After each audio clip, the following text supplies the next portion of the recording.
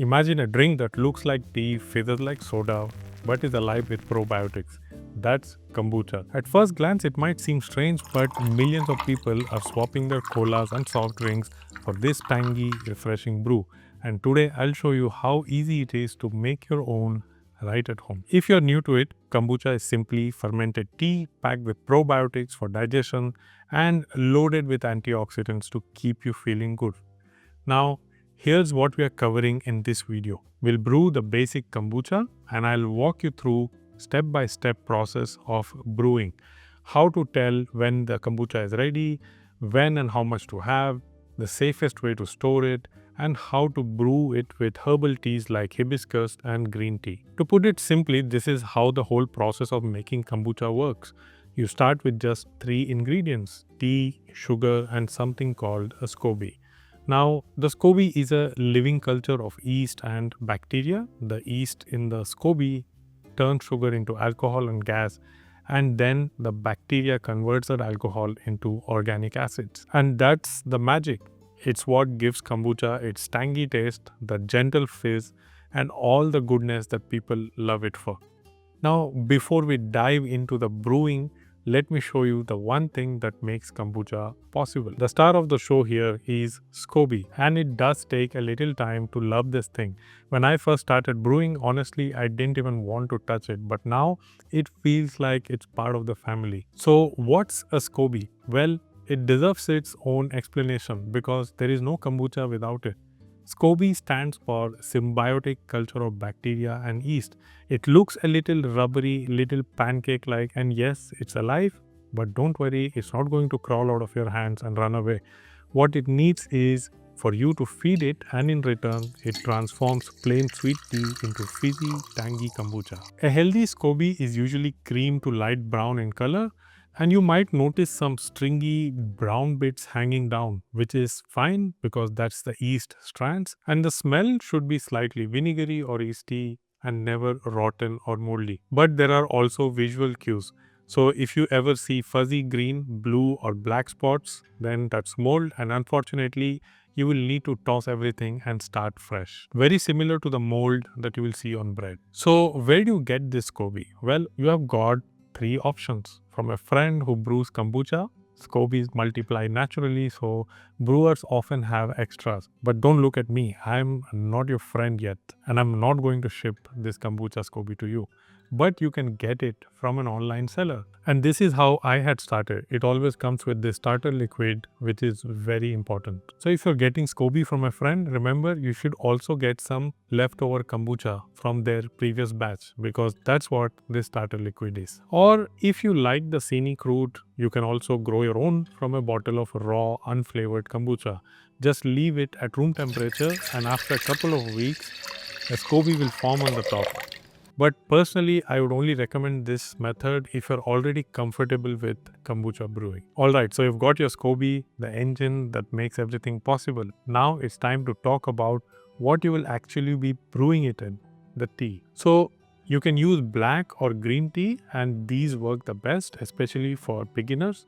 I use loose tea personally, but tea bags will also work fine. Teas that will not work are the ones with flavors, oils, or any additives. So herbal flavored blends just won't give your SCOBY the nutrients that it needs. You might enjoy the Earl Grey tea, but your SCOBY will not. And yes, if you're wondering, caffeine-free kombucha is also possible. It takes some tweaks, and I will get into more detail towards the end of the video. Now, once you have got the right tea, the next crucial ingredient here is sugar. And not all sugars work the same. The best choice is plain white cane sugar, ideally sulfurless. Other sugars like brown sugar and jaggery, they have minerals that can harm the SCOBY, and it can also give this off or muddy flavors. So it's best to avoid them. Can you use honey? Well, not in this type of kombucha brewing. There is another fermented brew, but this is not the one. You can't use honey since honey is antibacterial, and stevia, that will not work at all because SCOBY will need a real sugar to feed on, which stevia is not. So stick with plain white or sulfurless cane sugar, and you will get your reliable and consistent results each time. And the final ingredient is clean water. This can be filtered tap water or water from an RO purifier. So with the basics in place, which is very important, let's get into brewing. And the first step is to brew the tea base. Take a large container and bring around 2 liters of water to a boil. Now add the sugar and stir it nicely. Now add your tea and stir in with the hot water.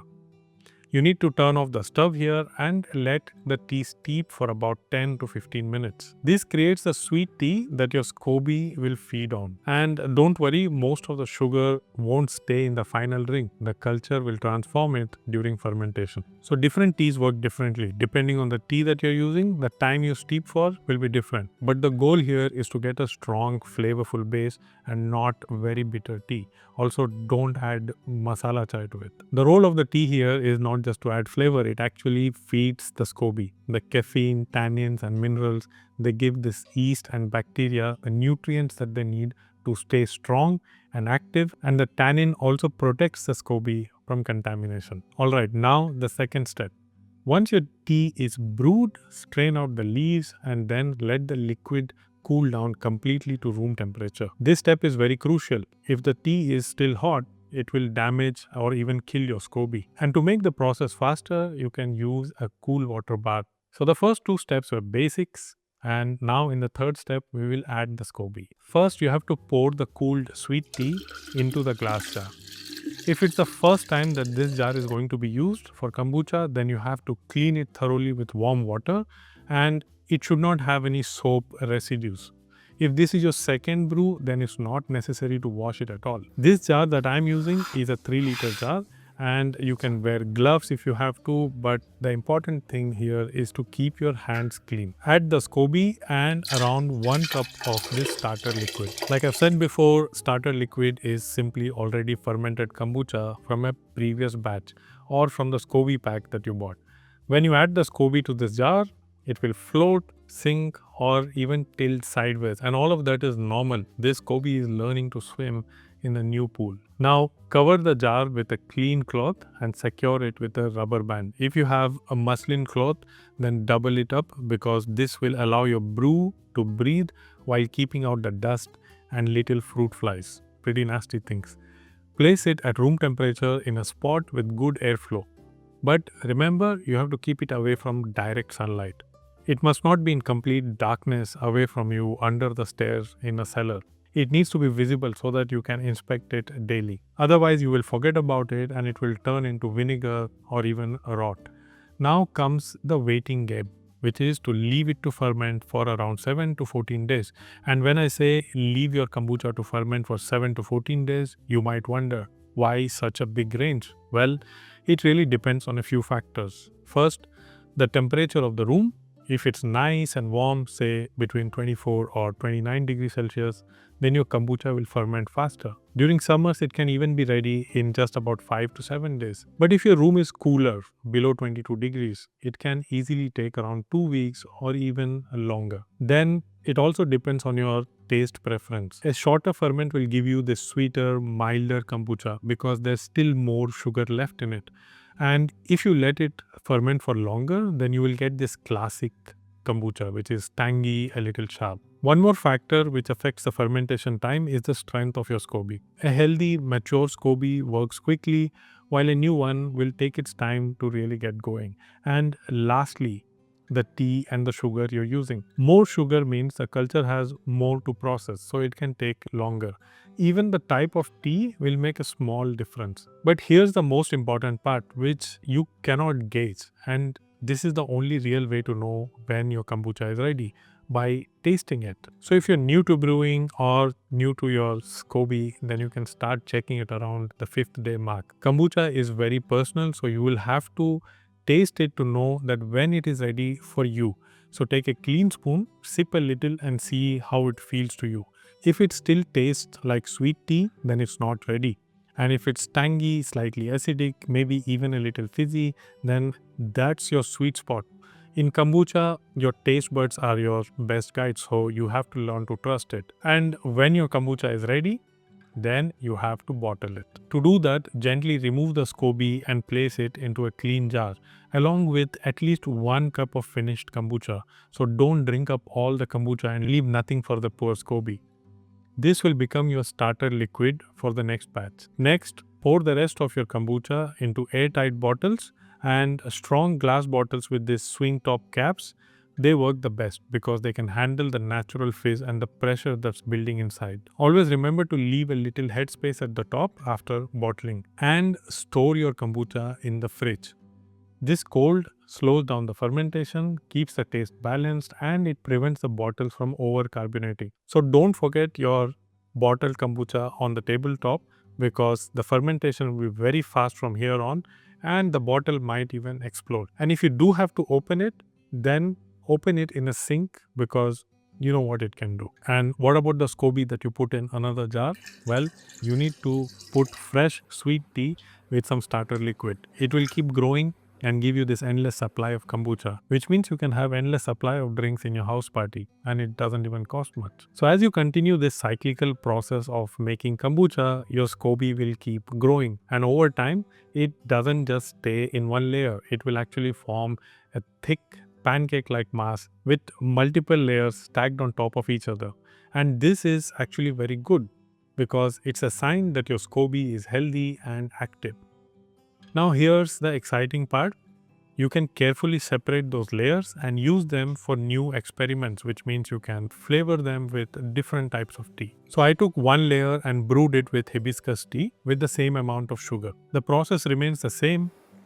You have to cool the tea, strain the tea leaves out. It takes roughly the same amount of fermentation time. The nice thing about using hibiscus here is that it will give this brew a rich ruby red color and a very natural tangy flavor, much tangier than the original kombucha. With another layer, I brewed a batch using green tea. Now green tea, it creates a lighter golden kombucha with a more delicate grassy flavor compared to the boldness of black tea. And it works very well for those who prefer milder flavors. Herbal teas can ferment into kombucha, but they don't give the SCOBY all the nutrients that it needs to stay strong over time. If you use only these herbal teas, then over time the fermentation can slow down and the flavor might not develop into the nice tang that you're usually looking for. The solution is simple. You have to cycle your SCOBY back into what we call the true teas, black or green tea, and then this will give the fuel that your SCOBY needs to stay healthy. It's like taking your SCOBY on a retreat. So I have 3 different first ferment kombuchas, one from black tea, one from hibiscus, and the one from green tea. If you look closely, you can see how different the colors are. They each taste unique, but hibiscus is honestly my favorite, both for its gorgeous color and refreshing flavor. Now, in the world of kombucha brewing, you will hear this first ferment and second ferment. So what we did here is the first ferment, which means we took the tea, SCOBY, and we just brewed it into kombucha. The second fermentation is where we take it to the next level by adding fresh fruit juices, or you can even add herbs and spices. So that's what will give this kombucha bright, eye-catching colors, delicious flavors, and a lot of carbonation, which you will love. I'll be covering that in the next video, so if you're curious, stay tuned by subscribing to our channel. The bottled kombucha that you have opened, it's best to drink within a week for the best taste and carbonation. After that, it will turn too sour and vinegary. So somewhere in one of the forums, I was reading that if kombucha gets stronger and the longer it ferments, does it mean that it is healthier? Well, when you let it brew longer, the SCOBY will keep eating the sugar and producing acid. So yes, the sugar level goes down and the flavor will get sharper. And in the first week or two, the probiotic activity is at its peak. But after a certain point, the liquid will become too acidic that even some of those microbes will find it hard to survive inside. And this will eventually kill the SCOBY. So stronger doesn't always mean better. That's why most brewers aim for that sweet spot of around 1 or 2 weeks. It gives you the best of both worlds. Less sugar, plenty of healthy acids, live probiotics, and a kombucha that's delicious to drink, not like a punishment. Instead of, feeling that you're drinking vinegar. And just because kombucha is healthy does not mean that you can drink as much as you can. Kombucha is quite powerful, so you don't need much. Start with small amount, about 100 ml a day. And once you're used to it, then you can take about a glass, which is around 200 ml. And that is plenty. If you're drinking a lot, like more than 2 cups in a day, then it can actually upset your stomach. It will put it in an overdrive mode. So think of kombucha like a supplement and not water. And you can drink it at any time of the day. It's totally your choice. Some people like it in the morning with the breakfast, others like it with their meals so that they can digest their food better. Or some people prefer it somewhere in the afternoon to feel refreshed. And the fizz that it has, and especially when you learn the second brew and you can give it some really nice flavor and colors, you will find that it's one of the most effective replacement for colas. Chilled is also the best way to have it. It's crisp and refreshing that way. You can also drink it at room temperature, but remember, you must not heat it. Otherwise, you will lose all the probiotics. Alright, that was a long one, but hopefully I was able to clear some air on this mysterious drink. So thank you for watching, and I will see you soon in the next video.